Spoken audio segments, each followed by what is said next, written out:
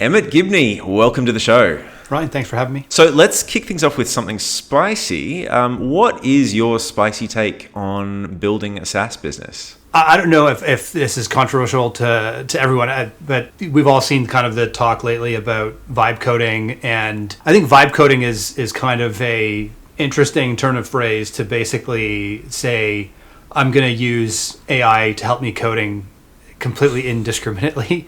I think within, using AI tools to code, there's probably a spectrum in terms of, how much you're allowing it to help you.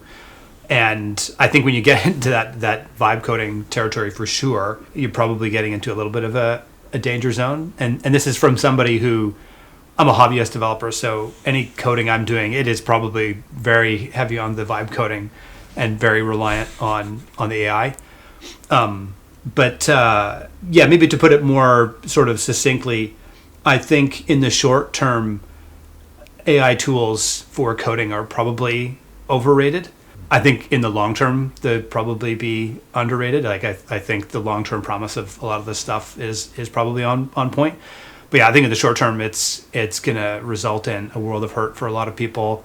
It was interesting. I had a conversation, or not a conversation. I had a tweet I saw quite recently. You follow Twitter and you're thinking having conversations with these people, but you're not. But it was Peter Levels, and he went on this journey into vibe coding for this game that he created, this flight simulator. And I've seen him corresponding with some people now on Twitter about how he's kind of painted himself into a bit of a corner in terms of architecture or the scalability or whatever the application he's built. I've seen another one, people quote tweeting this guy basically saying he had shared how he had been vibe coding this thing, and now he's got people that are, I don't know if they're trying to like hack his thing he built or whatever, and it's running into all sorts of problems, DDoSing and all this kind of stuff. So then followed up by another guy basically saying, I'm going to be charging $1,000 an hour to fix all the vibe coded projects that people have built. So I think, it's probably that AI is overrated in the short term for helping you with coding, but in the long term, it's probably great. There's probably a lot to that. You know how they say if there's a gold rush on, you want to be selling picks and shovels to the miners. So maybe the guy who's charging people to unscrew up their terribly vibe coded app is probably the winner there, I'd say. But anyway, let's zoom out a little bit. Tell me a bit about Rewardful. Yeah, so Rewardful was founded in 2018 by a couple of buddies of mine, actually, from Canada, Brady Cassidy and Kyle Fox. They started Rewardful in 2018, I think very much to scratch their own itch, ran it as a side project for a number of years, and to the point where they just couldn't anymore. It was doing quite well. They went on it on their own. Sort of, I guess, the premise of it, before I kind of go into a bit more of the history of Rewardful, is they had been working in the SaaS industry for a number of years, and on a couple of different occasions they'd wanted to set up an affiliate program for products that they were working on or businesses they were working in, and couldn't find any good solutions for recurring billing products. Most of the sort of history and the tooling that was available for affiliate marketing was from e-commerce, where it was kind of like one-time purchases, and sort of capturing the lifetime value of a customer for an affiliate was less of a thing, I guess. And Stripe was obviously very much on the ascendancy, so they basically built Rewardful as a really easy way to get started with affiliate tracking for SaaS mostly, but then also just any kind of recurring billing. And even now today, fast forward, 7 or 8 years later, still very much the case. If you are a Stripe powered business and you want to set up an affiliate program, it's super easy to do it with Rewardful really quickly and really easily. So yeah. Fantastic. I know you hit a customer milestone recently. I think you got to 2,600 customers. Yeah. Is that correct? So first of all, fist bump for you from across the internet. Thank you. That's fantastic. But talk to me about how you got those customers. And obviously, how you get customers initially is very different to how you get customers today. So from the early days, and I know you joined pretty early on, how did you get that initial traction? And how do you get customers today? How's that changed over time? Yeah, well, I won't take any credit for the initial customers. I think that's all Brady and Kyle And I think really my understanding of the history is that it was basically from their personal networks working within sort of SaaS and indie hacker community. The first couple of customers were probably friends, and it fits in well because within, affiliate is all about sort of word of mouth and trying to grease the wheels of word of mouth marketing. So yeah, initially it was very much just like word of mouth, their own Rewardful's own affiliate program. And then from there, very kind of traditional, right? So you got things like Google search ads, organic search, a lot of word of mouth. So even if it's not directly from the affiliate program, people just seeing what are my competitors using for this thing, I'm going to use the same thing. I think you see a lot of that. And then in recent years, we've started adding more organic and paid social. And I think we have a challenge that I think a lot of SaaS businesses have, where a substantial amount of your traffic is just either direct or brand search. So like they're just directly going to your website or looking for you. And that's, I don't, if someone can, solve that problem, I think they've probably got a great business or product on their hands. But we see a lot of that. And, I think a lot of that is just word of mouth, as well as organic social and paid social to a certain extent starting to pay dividends. And those other channels, obviously, we've optimized those substantially. Yeah, that's kind of the mix today, I'd say. That makes a lot of sense. I think it sounds like a good problem to have. So if there's enough word of mouth, people have heard of you by name. People, you're getting a lot of branded traffic. It kind of indicates that you built a pretty successful brand. People know who you are. They know what you do. They know your name, and that's that's a good spot to be in. It's a good problem to have, I think. You mentioned that you've gotten some larger customers more recently, and you're managing that transition of building a sales motion and all that. We might get into that a little bit later, because I think that's an interesting journey to talk about as well. But let's go back to a little bit when you first joined the business. So you're not a founder, but you took over as CEO later on. You were one of the early employees. I think you joined when you said you had about 4 employees, and now there's 13. Is that right? Yeah, exactly. So I joined in, I think it was 3 years ago, like last week. Actually, I got sort of a HR notification. So I joined the company about 3 years ago. It would have been kind of spring 2022. And then the founders left in November of 2022. So they'd sold the business, and then a year later they had kind of fulfilled their obligations, and they've moved on to kind of do different things. But yeah, when they left, there was just 4 of us, 2 developers, someone in support, and then I was kind of like the lone sort of like random, do everything kind of person. And yeah, and since then I think we're at 12 now, and we've got a 13th person starting next week. So we're recording this in March of 2025. So yeah, a lot has changed in that time period. Talk to me a little bit about some of those growing pains, because when you're a business with 4 employees, you operate very differently to when you're at 12 or 13. So talk me through that evolution. Hey, it's Ryan here. I'm glad you're enjoying the video. Listen, if you want to meet me or some of the people that I interview, you should really join the Startup Source SaaS founder community. It's a private Slack group for SaaS founders based outside of Silicon Valley who are past the idea stage and want to focus on growth.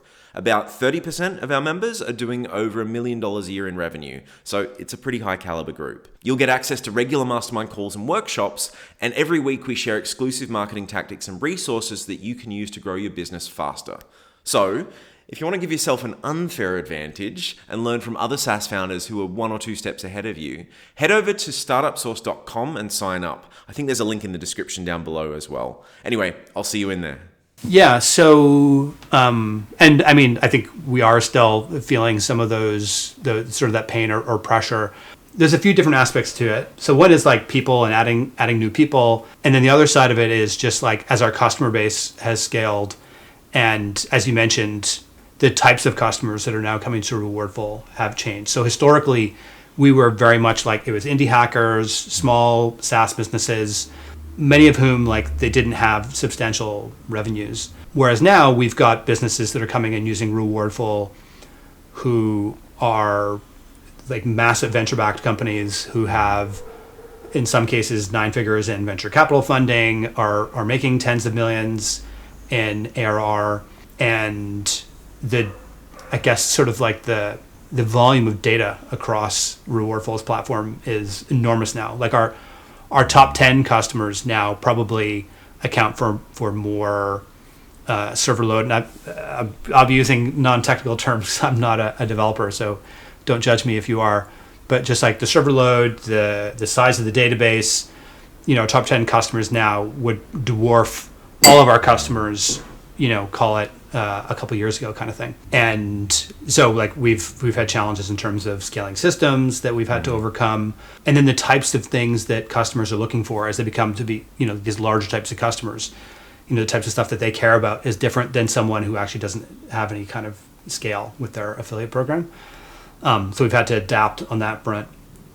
And then it might not sound a lot, but like, when you go, like you said, from 4 to let's say 13 team members, the way that you engage with the team totally changes. So as an example, before Kyle and Brady left, the business was basically running in a fully remote async environment. Like there was very few, if any, calls that were happening on a weekly basis. There wasn't like an all hands call. There was no,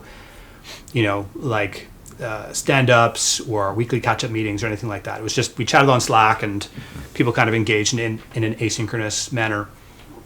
And if you're like 4 or 5 people, that's you can make that work. And they kind of had to make it work because, the time zone difference made it such.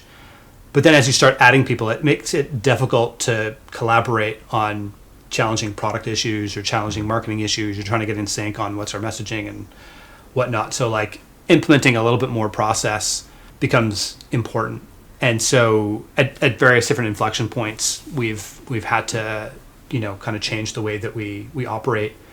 And, previously you and I had been chatting about this framework from Phil Libin. And for people who don't remember Phil Libin was the CEO of Evernote. And I'm not sure what he's doing now, but I was listening to, I think it was a Tim Ferriss podcast a number of years ago.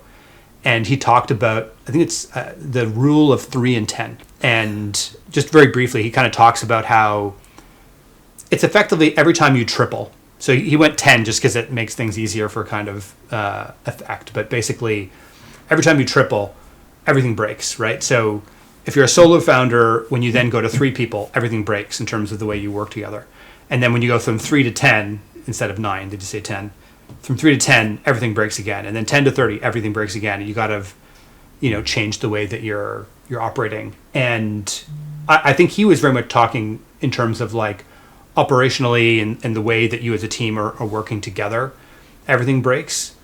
But I think there's also probably like things within your go-to-market function that are probably breaking as well. Things that are breaking your product. All sorts of different aspects of your business. Things are breaking and you have to like totally rethink this. So yeah, if people want to find like a pretty good sort of, I guess, framework for how to think about this, if you Google the rule of 3 and 10, you'll find some pretty interesting sort of summaries of this. Another framework that I've heard that I think basically describes the same concept, and I'm going to forget if it was, I think it might have been Andrew Chen, and he's got this great invisible asymptote, or no, was it Eugene Wei? But this, I'm sure if you search invisible asymptote, it's basically this idea. I didn't know what an asymptote was before I read this article. So if you're listening to this and you don't know what an invisible asymptote is, don't feel bad. It's basically an asymptote is if you're looking at like a function on a graph, like an S curve where it goes like this and then up. It's basically describing that plateau that you hit. So if you're like getting, imagine you've got like an exponential growth curve and then it flattens out. That flattening out part is the asymptote. And he talks about this idea of how in the growth of any product, any business, you hit these inflection points that he calls invisible asymptotes, where basically you're growing exponentially and then it starts to flatten out and then you hit basically this plateau and like, what do you need to change to break out into growth again? It could be, okay, like we've tripled in the size of our team. Things are just not working anymore. We need to change things. It could be our go-to-market function as we're currently operating, relying on just doing SEO in this way and paid search in this way, et cetera. That's hit an invisible asymptote or a plateau, and what do you need to reinvent or change to be able to break out of that. So I don't know, there's two good kind of frameworks for people to look up. We'll see if we can maybe share some links or something. But I've seen that happen quite a few times anecdotally. It's weirdly enough, it's always around about 1.5 to 2 million in ARR. I don't know why. There's something about that number, but that seems to be the point where people, they found one marketing channel that was working. That's when they start to max out on what they can do with that channel. And that's the point where they've got to experiment and find some other marketing channels. But I suppose it's all aspects of your business that start breaking. There is a break point there. So team size, operations, systems and processes, all that stuff too. When did you start putting layers of middle management in? Because I think that's something a lot of founders struggle with. Most people want to keep a fairly flat organizational structure for obvious reasons, but beyond a certain point, you need to have, you can't directly manage a lot of people. Are you at that point now? When did you get to that point? What does that look like for you? We are, and it's not necessarily like intentionally trying to create too many layers of bureaucracy. But I think the challenge for me as CEO is I'm involved in a lot of breadth, right? Like I'm involved in a lot of different things, right? So I'm involved in the dev team and product on product decisions, in the marketing team and in doing marketing. I do a lot of sort of the video content for the support team, and so I have 4 direct reports. One of those is our product manager, who doesn't have any reports, and then 3 others who have direct reports. So got a head of engineering who's got a team of developers that report into him. We've got a senior product marketing manager, Audrey, who manages our marketing team. And then we've got Andrew, who's our head of customer success, or customer success manager, and he kind of runs our customer success and support team.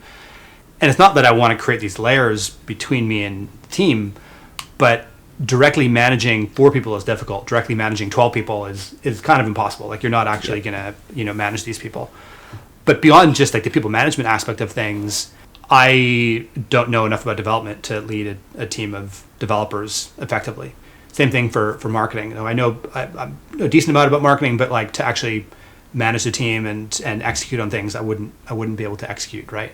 And then same thing for customer success and support. So I think that's two aspects of it. And I'm no sort of management guru or anything, but basically just being able to scale and to have everyone have a manager that they can actually engage with, but then also expertise. Like all of the people that are running these different departments know more about their areas than I do.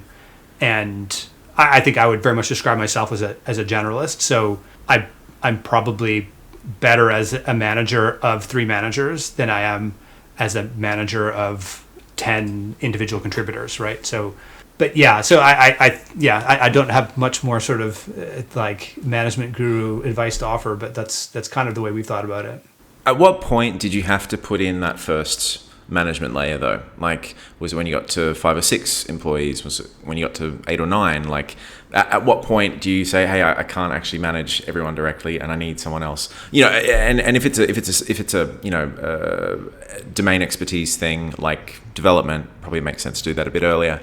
I don't know, what was it for you? Like, who was the first sort of management person that you had in place, and how big was the company at the time? It was in development. So our former CTO, we've now got someone else in, but at the time, he was there before I was, and became CTO at the same time when the founding CTO and CEO left. He took over as CTO. So that sort of level, and kind of was at a sort of a peer level at that time with me. And then what the next one would have been in marketing in terms of sequencing. Yeah, that would have probably been about a year later, give or take. So development, then marketing. Yeah. And then customer success or something, I'm assuming? Is it? And then customer success was actually probably around the same time as marketing. Yeah. I know we were talking a little bit about the fact that you're starting to get some bigger customers now. And is that a bit of an inflection point for you? And is that something that you deliberately went out and chased? Like, did you make a conscious decision, hey, we want to move up market a little bit? No. Or did these guys just start finding you and you thought, oh, okay, there's an opportunity here. How can we capitalize on that? I don't know if there's a meme about this, but there probably should be something around like, you're running a SaaS and then you start getting these like security questionnaires or GDPR documentation request or whatever that happens. And security questionnaires, that's like larger, more sophisticated customers. The GDPR thing it's more just European customers that they want this, but they're related in terms of the requirements and things like that, in terms of what you need to be doing for data protection and security compliance, stuff like that. But anyways, it was pull, not chase or push, or however you want to look at it. But started getting this combination of customers who are already big and then existing customers that just scaled kind of with us. Initially, it was like we only had like one or two customers where it was like they were just such standouts. Their programs were so much bigger than everybody else's, and these were the ones you'd start seeing some sort of pressure in terms of server load and things like that. But then you'd start getting these security questionnaires, right? So it's like, what are you guys doing in this regard? And the initial responses were like, this is what we're doing, and it was not like super extensive or organized in terms of like a security program or a data protection program. And then you start getting kind of quizzical sort of responses like, really? Like, and so then you have a choice at that point, is either respond back with like, what, I think like we're probably just not the right fit for you if you're looking for something more sophisticated. So that's like the one fork in the road you could take. The other fork in the road is like, no, we want to get more of these customers, and so let's start developing a bit of a compliance program or data protection program.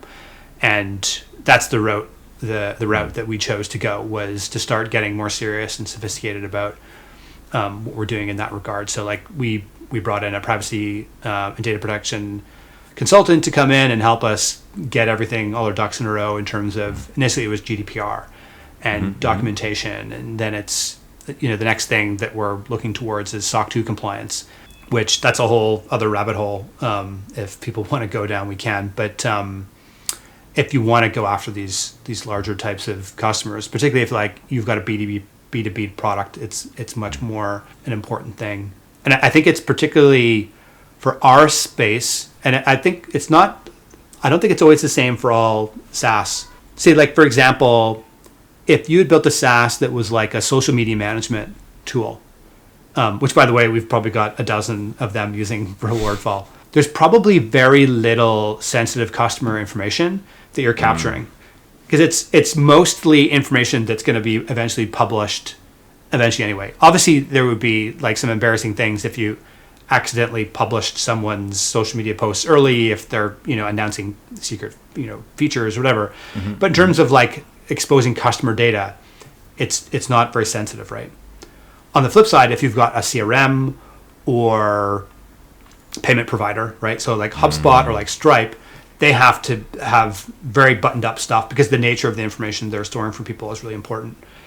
And there's two areas then where I think for our particular product category, it's important. So one, the nature of the information we're storing is sensitive because there's payment. We don't have like credit card information, but it's like a customer bought this thing that will get stored in Rewardful. And then the affiliate is earning this much money, et cetera, right? So I think for this class of product, it's not to pull up the ladder up behind us, but I think it's actually, I'd be a bit nervous as a business using a totally new bootstrapped and indie hacker type product that was vibe coded or whatever for this class of product, CRM, payment provider, and I think affiliate tracking also fits within that. Same thing would be like ERP, right? Like QuickBooks and this type of stuff, right? But for stuff like, social media tool or, management tool, like I don't think it's as big of an issue. I do think a lot of SaaS founders I talk to say that they want to move up market, but I don't think they put a whole lot of thought into what they need to do internally to prepare for that. So did you have a sales team in place, or were you talking to these larger customers, or was it completely product led and they were just signing up organically? And then like what did you have in place when that started happening, and have you changed that? Have you started hiring a sales team? What does that look like? At the time that we started seeing this, nothing in place at all. It was just like,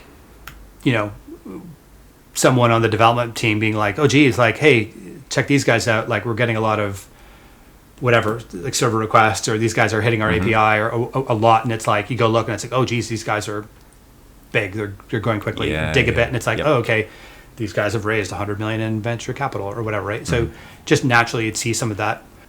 Before I took over, our, I guess, approach or stance around product demos was sort of begrudgingly. We will do product demos for people, but it was like, answer this questionnaire first and, kind of qualifying a bit more. But when I took over, I wanted to educate myself and then just open the floodgates to help, talk to as many people as possible. So it was very proactive about soliciting people for demos. So, but that was a full spectrum. So there'd be people who were, brand new, didn't even have any revenue, they were small, and then some of the big people would come through that. So I was talking to a lot of these people. Our customer success manager is also now talking to actually more people than I do, because he's in the US and I'm in Europe, so he's time zone overlapping with people.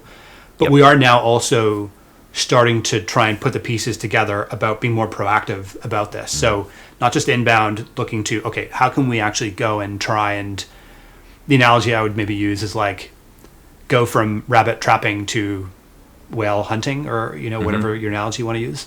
And in that rabbit trap, occasionally a whale somehow fits and falls in there. This is where the analogy starts breaking down. It starts falling apart. Yeah, exactly. But trying to be proactive, because, and I think this is something for people to think about, is like, can you through an outbound sales motion, can you replicate your top 10, 20, 30, 50, 100 customers? And that's something that we want to do, because in our category, I think I would wager in the affiliate tracking category that activation rates are probably lower than average, because let's say your Webflow, your customer does not need to have any revenue or really an operational business yet for them to activate. I could set up a Webflow site and create a beautiful website for my business that is purely aspirational, and it could be there for a year or two and never generate any revenue.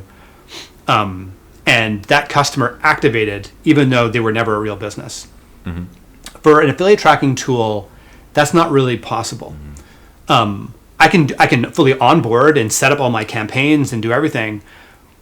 But if I never actually sell anything, and I never finish my product, right? You can people that like never actually finish a product, but they set up a Webflow website, right? And so for that reason, I would say activation rates are probably lower than average than a lot of other businesses. And I think that's probably part of the reason why this space has a lot of power laws. We see so many power laws across our business, where it's like our biggest customers are so much more so much more successful than sort of like the long tail of customers, right? So like the long tail of customers who never really activate, or they don't make a lot of money from their affiliate program. But then our number one customer is making like mid 6 figures or high 6 figures from their affiliate program each month, right? And depending on what your pricing model will allow, it means those larger customers are worth a lot more money to like actively go after them if you've got what's in place to be able to service them, right? So like there's features they need, there's sophistication in terms of compliance and privacy protection, et cetera. And then in terms of how they want to be sold to or how they want to buy, that's a very different thing. You might think, oh, everyone wants just to self-onboard and product-led growth. And it's like, well, a lot of businesses don't. Like they don't want to buy a tool like that. And particularly if it's something where there's sensitive issues around security and data protection and so forth. They want to talk to somebody. They want to ask some questions. They want to know if there's a problem that I can get on a call with someone and see their face. And so, yeah, there's a lot of different things that you need to take into consideration. And I would say on like the pricing structure thing, that was something that we didn't have in place. Like didn't really have any tiers in terms of higher price tiers, and the limited tiers we didn't enforce. So if someone we had somebody who was making like 100 or 200 grand a month from their affiliate program, and they're paying us $79 a month, right? Just on that, is there a temptation, like you don't want to lose them, so you don't want to go back to them and say, hey, listen, you got to pay us like way more money? Is that, or you're sitting there thinking like, we are creating so much value and we're not capturing anywhere near enough of that? We should. No, I think the only area where I might feel that way would be if they were like a influencer that had a megaphone as well, right? Because they're just like a big business is very successful, but like they're not going to go on social media and rake you through the coals. But like you're creating so much value where it's like you're making so much money from this affiliate program, and I think it was like in that case it went from like paying us $79 a month to I think it was like $4.99 a month or something like that. Oh, I guess it's not like so a like massive, it's not like jump, we have competitors who would have been charging them like probably $10,000-$15,000 a month or something like that. But yeah, there's a lot of things to keep in mind. So that conversation was, hey, we're changing our pricing. You need to pay us a little bit more money, and they say, yeah, okay. And that was it. That was the extent of it. That's basically it. Yeah, and the other thing too is I think like if you don't charge very much, someone who's like a larger organization, they'll look at your pricing and be like, oh, you're not for us. Like if it's like, oh, your most expensive thing is $99 a month or whatever, and we're getting all this, it's like, oh, okay, you're not for us. And the reality is they're probably right. Like if you can't extract more value from that kind of customer, then it's like, yeah, you're probably not sophisticated. Like you probably aren't GDPR compliant. You probably don't have these different security things in place, or you probably can't support us if we have questions. I mean, you probably will because you'll be the biggest customer by a long shot. But for $99 a month, how much more support can you expect? And so I think there's a lot of these kind of signaling things with higher pricing that is probably a bit counterintuitive, and the effort it takes to get one customer who pays you 10 grand a year or something like that is probably like not that much more than somebody who pays you $1,000 a year or something like that. So it's probably worth it.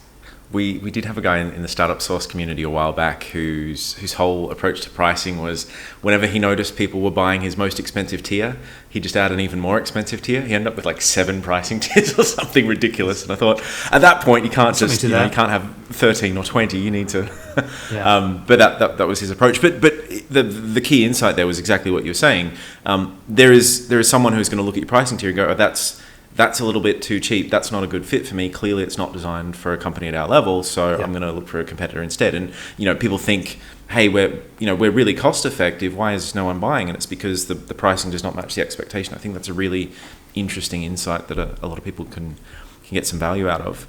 I wanted to change tack a little bit and maybe do a bit of a deeper dive into affiliate marketing specifically for SaaS. Of course. And the reason for this, I think it would be interesting to get your perspective from the inside, because you've seen, you can't share all the numbers and stuff, but you've seen the data, you've seen the companies that are doing really, really, really well out of affiliates.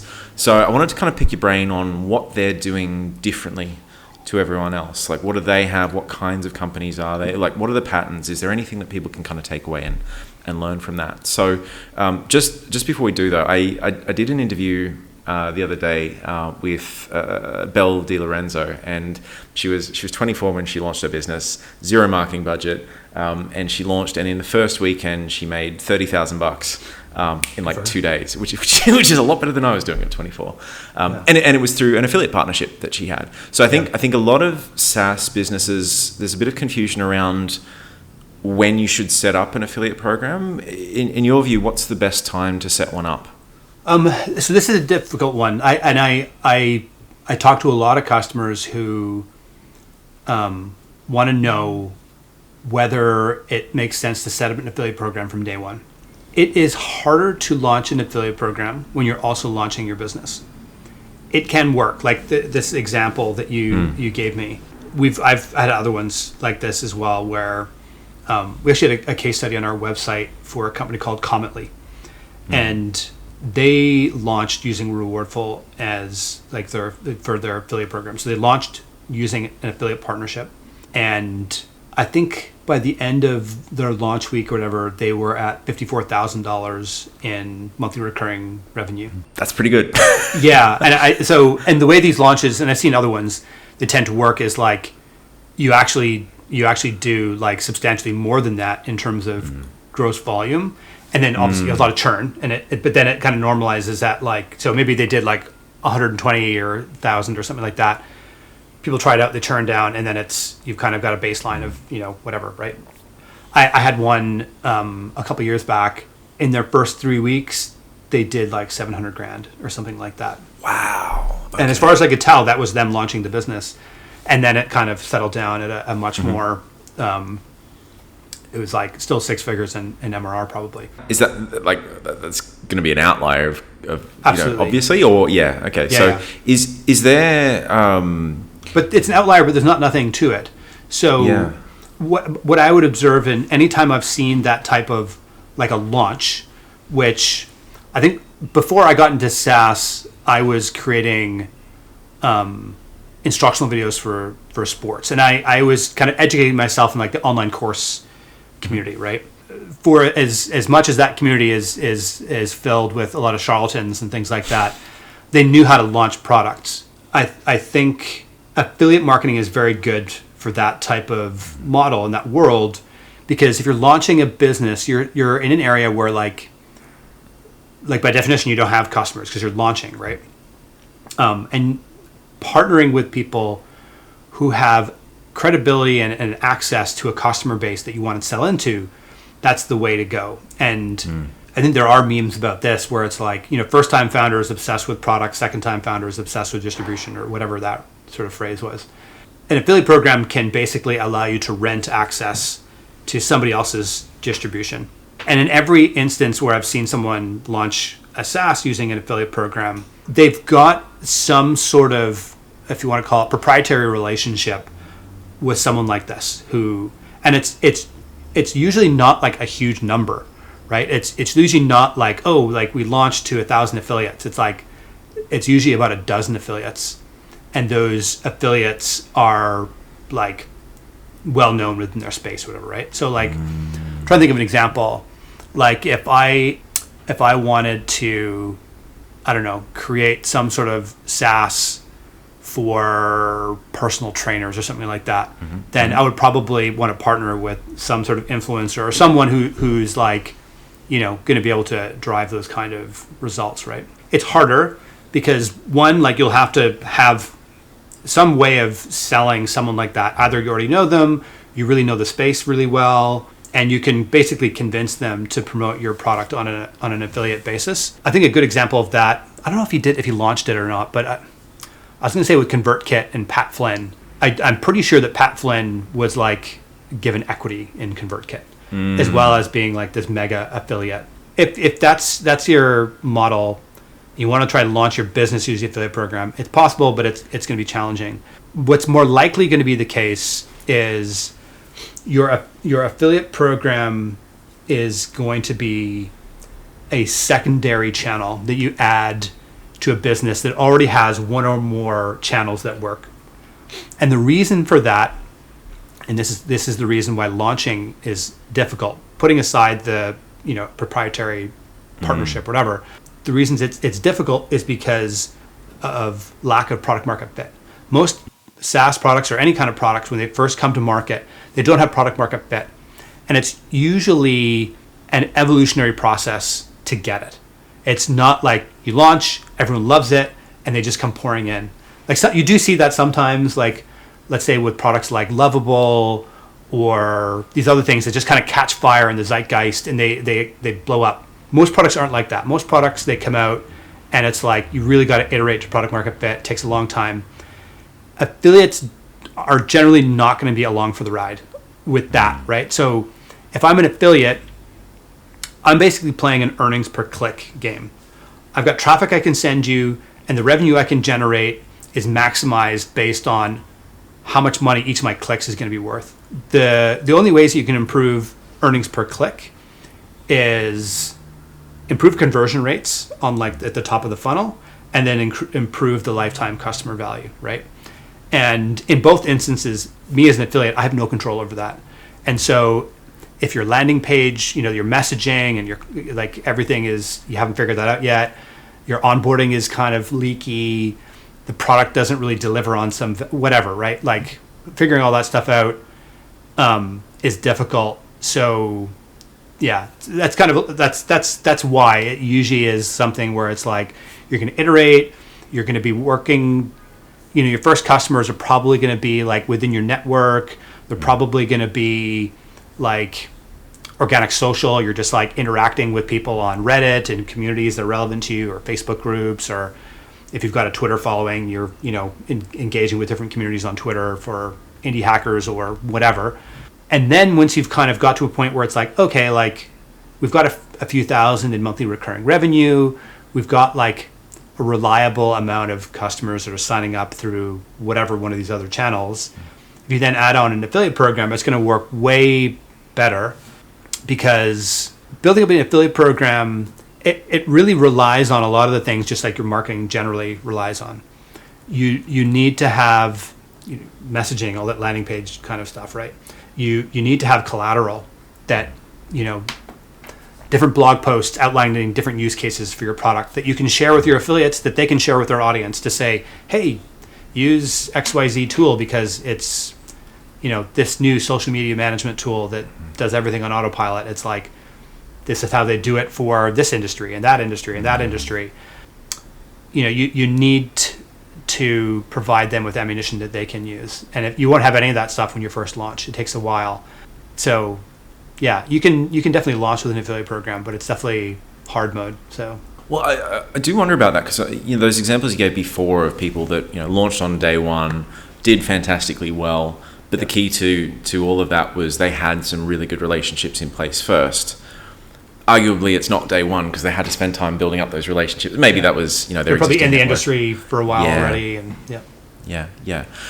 Is there a risk that if you launch an affiliate program too early, before you've got product market fit, before you've got all that collateral, is there a risk that you burn relationships with the affiliates that you really need? Like if this is a space where there's probably like that 80-20 principle, 20% of the affiliates are going to bring in 80% of the customers. Do you want to make sure that you've got all your ducks in a row in terms of that collateral, in terms of that conversion funnel doesn't leak too much before you go out and get affiliates? Or have you seen affiliates come back later on to a program after it's matured a bit? In terms of burning relationships with affiliates, what I would just say then is like, I think there's a similar sort of trap that people can fall into with regards to like launching their product. It's like, oh, I'm not going to launch my product until I've got everything working really, really well, because I don't want to burn my potential customers. They'll write me off, and it's like, I think that's okay. Like I wouldn't worry about like you're gonna improve your product incrementally, and it'll get better, and eventually people will come back, or they won't, but somebody else will. And so not to think about it like too much of a finite pool. On the flip side, I also wouldn't kick off like a really aggressive cold outreach campaign recruiting affiliates till you've got this in place. One of the things that we teach is basically there's two modes of affiliate recruitment. There's kind of passive means, and then there's active means of recruiting affiliates. And if you're just starting your business and you want to have an affiliate program up and running, I would rely mostly on passive means of recruiting affiliates until you've got all your ducks in a row, right? So what that means is things like, you just set it up and like you'll have a link in your footer or maybe your header, right, that says join our affiliate program. In the signature of your transactional email, say, hey, join our affiliate program. So mostly recruit from your existing flow of traffic and just kind of have the rails in place so that like you'll, because what'll happen is as you start getting product market fit, you'll have existing customers or affiliates that will come to you and say, do you have an affiliate program? And then you can just send them over to to sign up, right? And then as you're creating collateral just for your marketing generally, you can set that up for your affiliates too, right? Like add it into your Rewardful account and says, here's a link that you can share with prospective customers, etc. And not try to do it like a big bang thing. Like you're just slowly adding pieces to it over time. So that's generally how I would advise people to think about it. I suppose people that find you passively, they're going to be somewhat more invested in you. Maybe they like you as a business. Maybe it's particularly relevant to their audience. Your product is particularly relevant to their audience. But what, just as a bit of a rough checklist, okay? So if I'm planning on launching an affiliate program, what stuff should I have in place before I pull the trigger on it? So obviously you'll need some sort of affiliate tracking tool, whether it's Rewardful or somebody else. You'll probably want to set up, whether you do this as like a page on your site or like a Notion or a PDF, very similar to like a media kit, but for your affiliates, right? Like guidelines, generally speaking, on like, this is our this is how we talk about the product. Here's some use cases that tend to work well, as well as like rules, right? Like this is what's allowed, what's not allowed. I would typically say don't allow people to advertise on search engines. But yeah, basically like a media kit for your affiliates would be the simplest way to describe that, to describe it. So I think that's kind of bare minimum. You also want to have like a dedicated landing page for your affiliate program. So what a lot of people will do, which I don't advise, is they'll just have like a link from, let's say, their footer or header or whatever to the sign up form for their affiliate program, providing no context. And that's difficult. Like think about it like you want to sell your affiliate program the same way you would sell your product. So set up a dedicated landing page that outlines, this is how our program works, this is how much money we pay, this is some testimonials of affiliates who've done well with us, etc. And then potentially setting up like an autoresponder sequence. So when someone signs up for your affiliate program, for example, Rewardful has integrations with ConvertKit and other email marketing tools, set up an autoresponder sequence that helps to onboard the affiliates into the program. So it might be they sign up, that's when you share the media kit with them. That's where you share the rules with them. That's where you share some, testimonials. You're just kind of drip feeding some of that content you've already created. But you don't need a lot, really. Like to start, you need a landing page, a tracking tool, maybe email autoresponder. It's not like an absolute must. And then some means to pay them, PayPal account or something like that, so you can pay out your affiliates. That's probably the bare necessities. And when you switch over from that passive recruitment to active recruitment, how do you do that? Is it cold email? Is it are there other channels you can use? Can you advertise your affiliate program? Like how do people actually recruit those affiliates actively? So I think probably yes is the answer to all of those. I've seen people talk about like I would have to check to see, are we doing this on Google Ads? Are we advertising our affiliate program? But definitely some people will advertise their affiliate program. And then there's cold outreach. It can be cold email. It can be cold DMs on different social media platforms. And then there's of course like networks and things like that where you'll join a network where people can list their business and affiliates can come shop for them.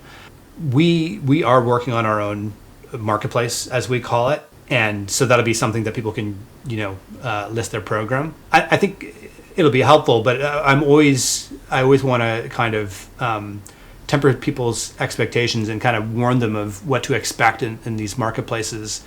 They can be helpful if you've got like no affiliates at all and you just don't know where to start, kind of thing, just to kind of get you started. But the best affiliates are going to be ones that you've actively recruited yourself and you've tried to actually work with them as a partner, because like so many other things in this industry, there's so many power laws, and this is where there's definitely power laws where a very small subset of affiliates will actually produce serious results. A very small number of affiliates will produce any results. And so it's worth it to put in the effort to find good affiliates instead of like trying to put it on autopilot. I think, and I'm not 100% sure where it comes from, but there does seem to be, to the uninitiated, a little bit of this impression that affiliate is like a set it and forget it kind of channel, and it is very much not. It is like building partnerships, and the affiliates that just kind of passively find you through networks and marketplaces and things like that, there is a danger that they are going to be the more mercenary affiliates as opposed to having some sort of connection to your space.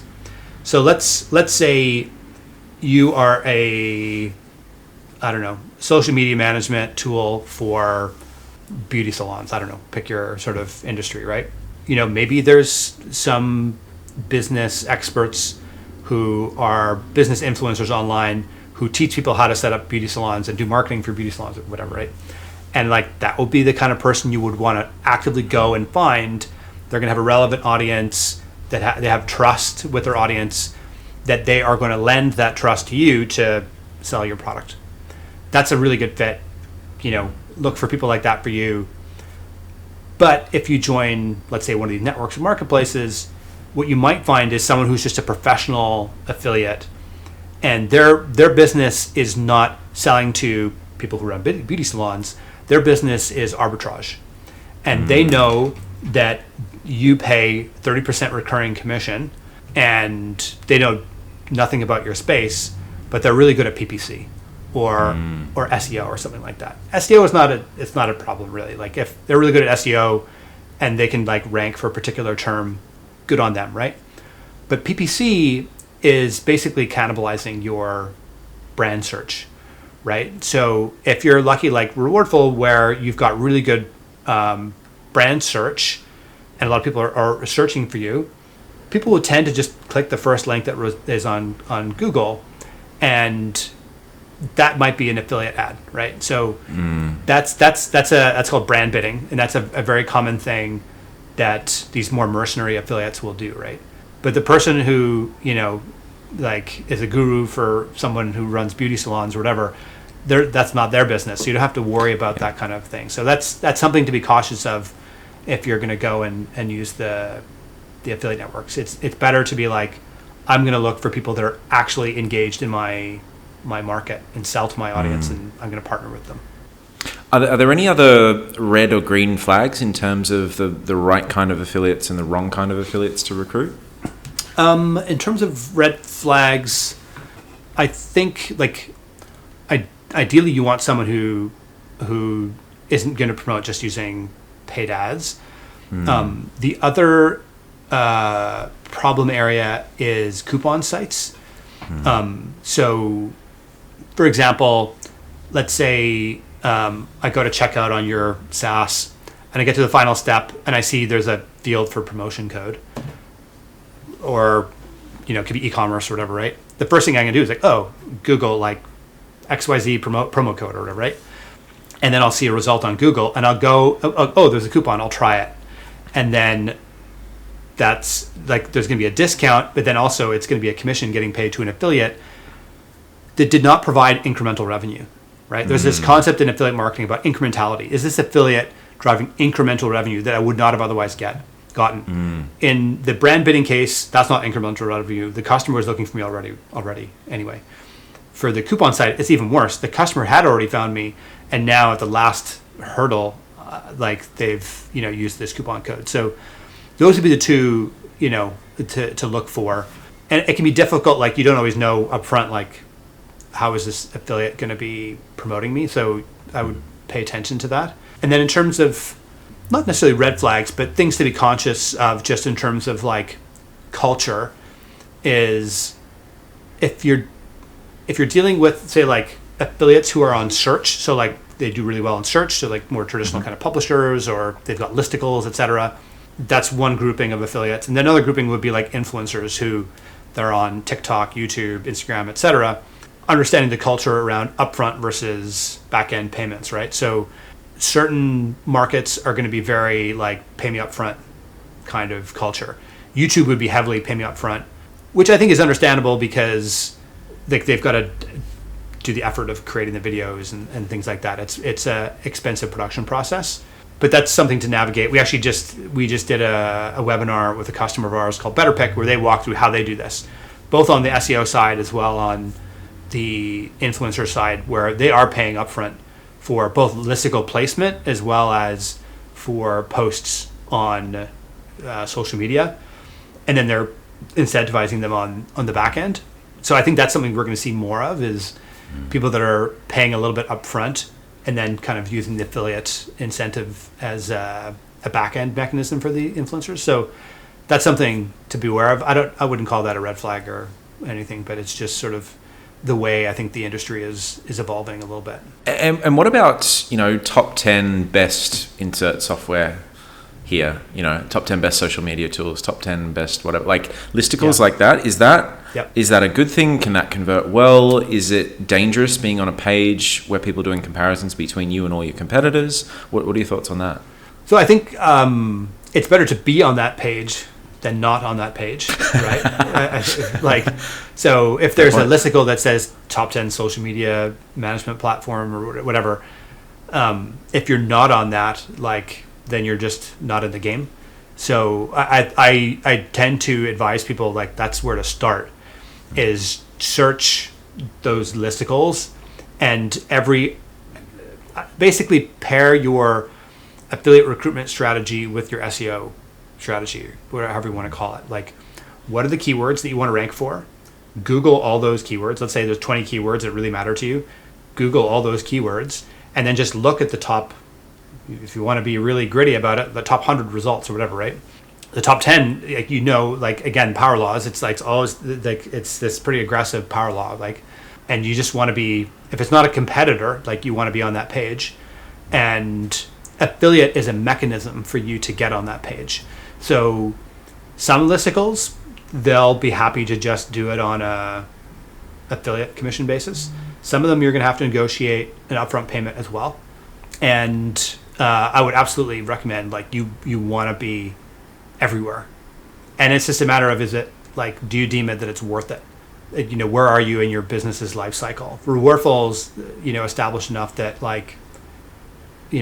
it's unless someone's asking for something outrageous, it probably makes sense for us to be on all of those. When you're just starting out, maybe it's a bit more difficult to justify that upfront payment, but I think absolutely, you want to be on those, especially if your competitors are there. And Emmet, just probably need to wrap things up in just a moment, but if anyone is interested in learning more about setting up an affiliate program, or they want to get in touch with you personally, what's the best way for people to contact you? Yeah, so if they want to learn more about setting up an affiliate program, we actually have a course. If they go to academy.rewardful.com, it's free. Sign up. We've got a couple hours of content on there. I think there's 12 different lessons on there. Walk you through sort of the nuts and bolts of how to set up an affiliate program. Obviously, if you want to set up an affiliate program, come check out rewardful.com. If you want to engage with me, you can follow me on Twitter, where I'm very inactive. It's at Emmet Gibney. And then I'm much more active on LinkedIn. So if you come, look me up, Emmet Gibney, I hope I'm the first person who shows up for Emmet Gibney, and follow me there. And then similarly, Rewardful on LinkedIn and Twitter, we're active there as well. So. Fantastic. I'll put links to all that stuff in the description down below too. Emmet, it's been a pleasure, buddy. Thank you so much. Thanks, Ryan.